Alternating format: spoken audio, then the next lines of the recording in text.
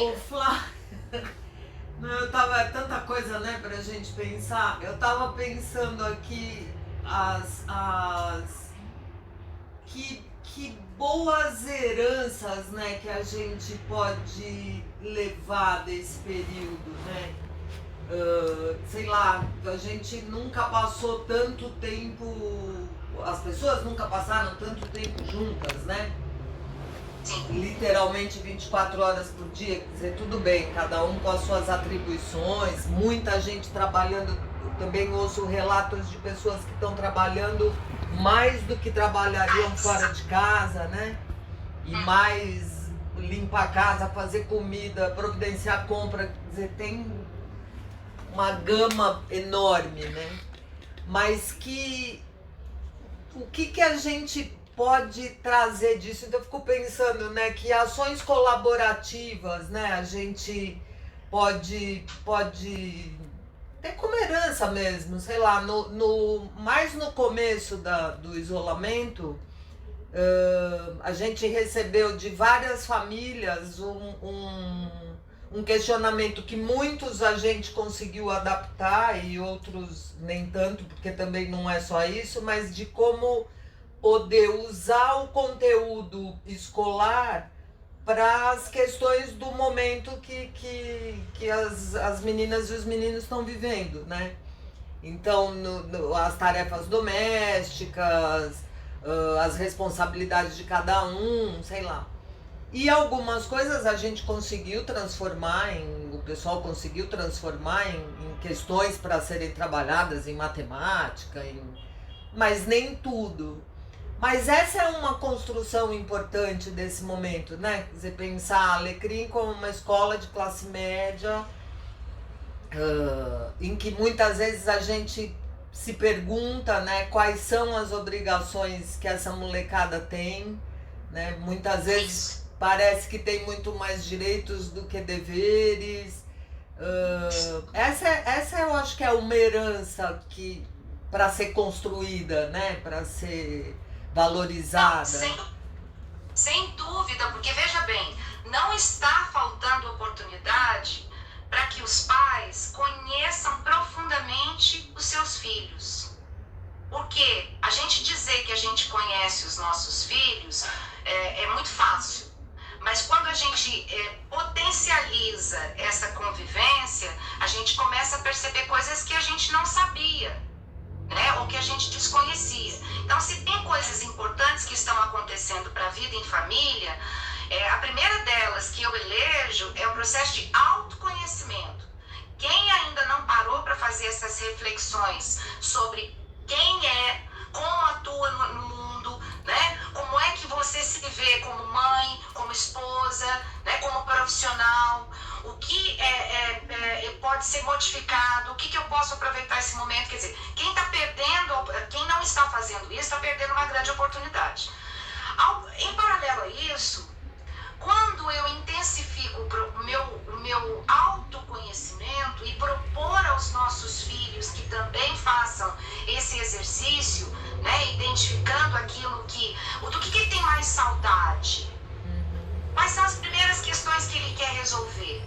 E aí um outro ingrediente, né, Silvia, que a gente estava conversando antes de cair, a nossa vivência em família, ela traduz e revela os valores dessa família.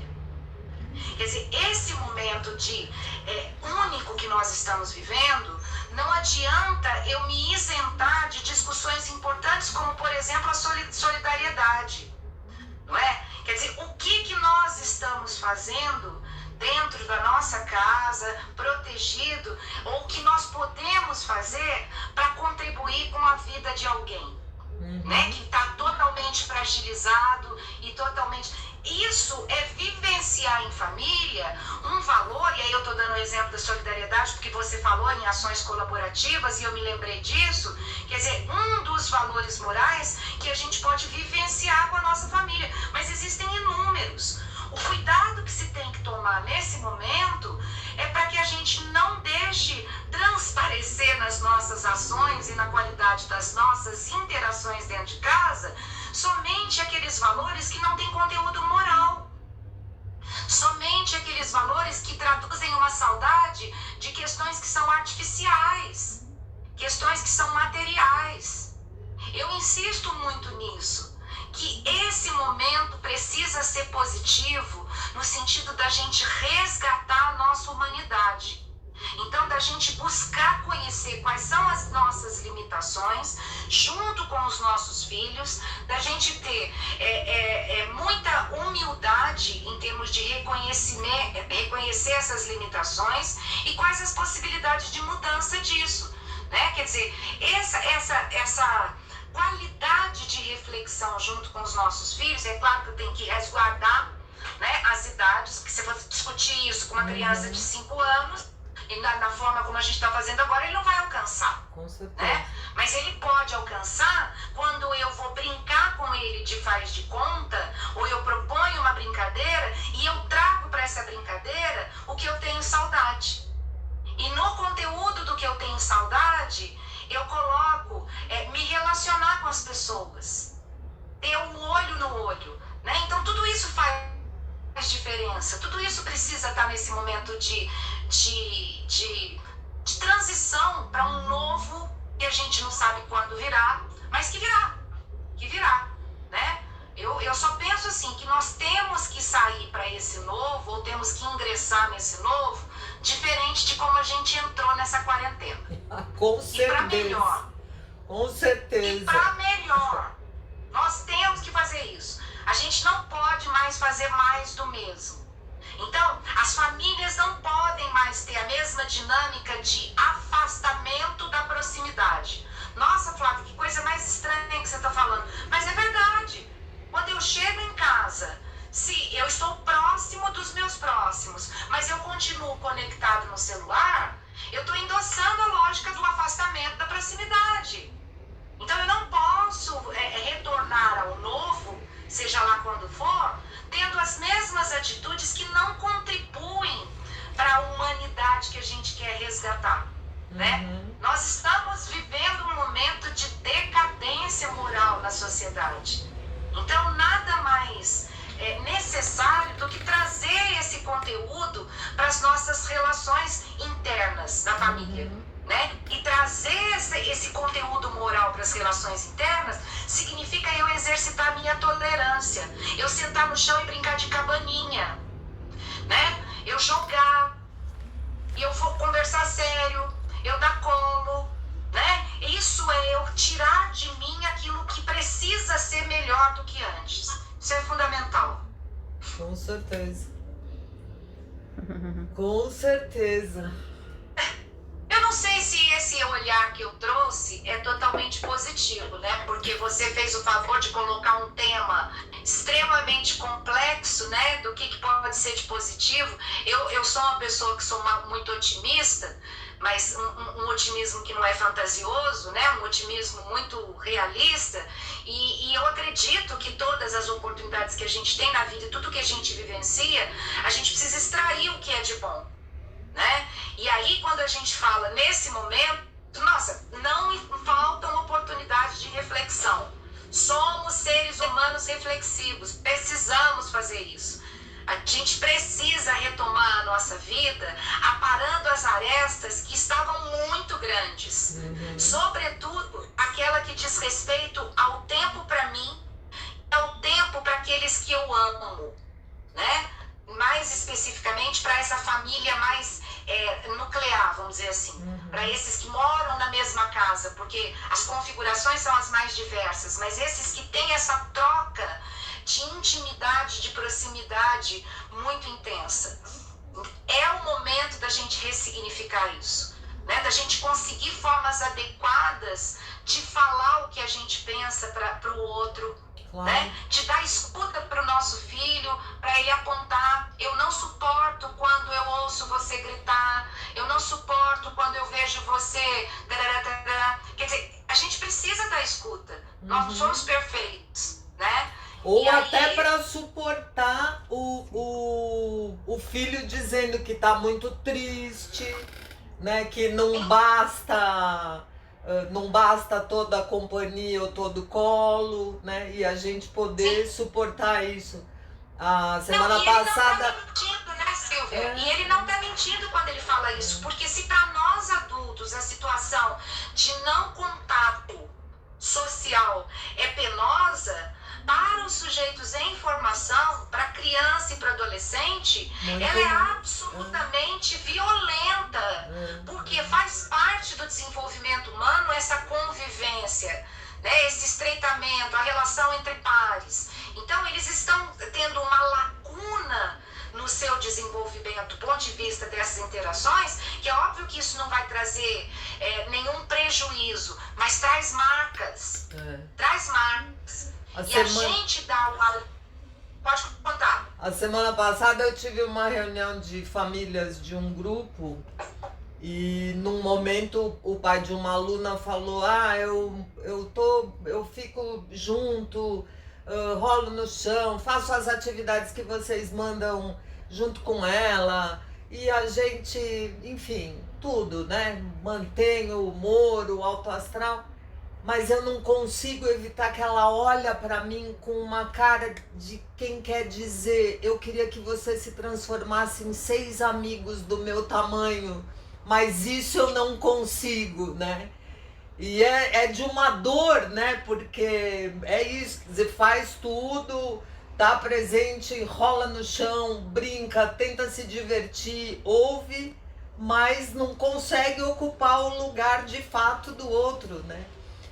Mas é importante que os pais saibam que nesse momento eles não precisam estar com um sentimento de impotência e de culpa prevalecendo. Porque nesse momento, se eu consigo perceber isso no meu filho e falar: eu sei que você está com saudade dos seus amigos, né? Eu sei que as nossas brincadeiras são diferentes daquelas que você poderia estar fazendo com seus amigos, mas agora essa questão da segurança e retomar isso, porque reconhecer o sentimento do filho é ajudar o filho a se organizar internamente. Então, lá durante a nossa prosa de hoje, quando eu falei que esse distanciamento da família, dos seus filhos, fez com que essa boa parte da nossa juventude estivesse fragilizada do ponto de vista emocional, eu estou falando disso, da gente não dar esse colo que não é resolver por ele, mas é acolher o sentimento e ajudar a traduzir. Porque dependendo da idade da criança, eles não conseguem nem traduzir o que eles estão sentindo. Assim como nós adultos mesmo, a gente não consegue encontrar o nome daquilo que a gente está sentindo, não é? Então, assim, é fundamental. A gente não vai conseguir suprir tudo aquilo que os nossos meninos e meninas teriam se eles estivessem vivendo entre pares. Porque a troca entre pares não é substituída pela relação com a família, com os pais. Os pais representam autoridade em relação aos filhos. E aí é uma autoridade que, obviamente, a gente defende que seja uma autoridade respeitosa, uma autoridade que inspire, que gere admiração, né? Não uma relação autoritária, mas é uma relação desigual. É uma relação hierarquicamente desigual. Então, ela é importante, mas ela não é suficiente para o desenvolvimento, sobretudo psicológico, afetivo, né? Eles precisam, sim, da troca entre pais. O que a gente pode fazer é promover essas trocas também de forma remota, que não é igual, mas pelo menos deixar um tempo lá eles conversando com os amiguinhos. E deixar um tempo, não é o tempo todo, né? E cantar, né? A gente faz roda de música, roda de história, né? Para poder... Dançar, outro dia. Eu não sei se você sabe, Silvia, você sabe que lá no meu passado, eu dei aula de dança. Eu acho que eu já fiz tanta coisa na vida que o povo fala: não acredito, né? Mas eu dei aula de dança. E eu tenho a felicidade de ter um filho que ama dançar e dança muito bem. E você sabe que teve uma noite que a gente dançou. Ele me tirou, tava tocando lá um forró, não sei o quê, e ele me tirou pra dançar. Eu quase precisei de um balão de oxigênio depois. Mas consegui dar conta de todos os caminhos. E aí eu fiquei pensando: olha quanto tempo eu não dançava. Olha quanto tempo eu não dançava com o meu filho. Quer dizer, gente, olha quanta coisa boa que a gente pode construir nesse isolamento, né? Com certeza. Com certeza. Muito bom. A gente, o tempo voou. Tá quase. Voou. Quase na hora da gente ir encerrando. Sempre uma delícia te ouvir, Flávia. Uma delícia, realmente. Eu fico aqui tentando articular as ideias, mas eu tenho a minha relação com você sabe que é tão carinhosa que parece que eu tô na sala da tua casa batendo papo. Delícia. Aí eu me lembro que tem um monte de gente que tá assistindo a gente, né? Então eu tenho que... Eu também tenho muito carinho por você. Eu acho que acho que tem uma coisa que a gente pode falar semana que vem, que ainda tem mais uma semana que vem, né?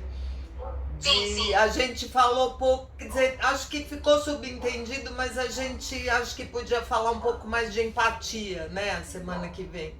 Como uma das heranças que a gente pode construir, alimentar, né, nesse tempo todo. Acho que tem muita gente fazendo isso, tem exemplos incríveis, mas acho que é uma coisa que fica para a semana que vem para a gente falar. É uma boa a gente guardar esse espaço para a semana que vem, até para a gente ajudar as pessoas que estão junto conosco a entender o conceito de empatia, né? Porque a empatia, em algum momento, ela precisa nos mobilizar. Eu não posso ficar o tempo todo só me comovendo, tá? Eu me comovo, mas faço o quê? E aí, como eu falei de solidariedade hoje, a gente retoma no próximo encontro a ligação da empatia com a possibilidade dela dar força para a solidariedade, né? Mas eu queria fazer uma proposta para quem está aqui ainda conosco, e que quem é da escola, sobretudo, que mande para você algumas questões que gostaria que a gente abordasse, né? Alguns temas que sejam voltados para essa relação, né, com a família, nesse período de quarentena, que não é mais quarentena, porque já se estendeu para mais do que isso. Eu tenho um nome já, setentena, quase oitentena, né? É isso mesmo. Então, assim, seria muito legal se a gente pudesse trazer na nossa próxima prosa, questões que fossem levantadas com a nossa comunidade aqui que está acompanhando. Acho que vai ser bem legal. Fica aí o convite para vocês mandarem. Pode até mandar para nós, né, Silvia? Pode mandar para você numa mensagem. Pode mandar para mim, né, no meu Instagram, lá no particular. Flávia, será que na próxima live dá pra gente pensar um pouquinho sobre tal assunto? Acho que vai ser bem legal. Porque o tema da semana que vem são todos os aspectos que envolvem a quarentena, né? Então é bem amplo, acho que pode caber todas as questões das pessoas, né? É muito legal. Com certeza. Eu vou terminar lendo de novo o poema da Madalena Freire, pode ser? Porque eu acho que ele serve para abrir e serve para fechar tudo isso que a gente falou. Eu não sei se todo mundo ouviu. Então é um poema da Madalena Freire, do livro Educador, que diz o seguinte: eu não sou você e você não é eu, mas eu sei muito de mim vivendo com você. E você sabe muito de você vivendo comigo? Vamos prestar atenção uns nos outros. Vamos. Não é? E aprender sobre nós e sobre os outros, né? Perfeito. Acho que depois disso não tem mais o que a gente acrescentar para essa noite. Silvia, sempre muito bom te ver, bater papo com você, né? E assim poder ter a interação, sentir que tem pessoas nos acompanhando, que estão interessadas. E foi um prazer novamente. Tá? Com certeza, prazer todo meu.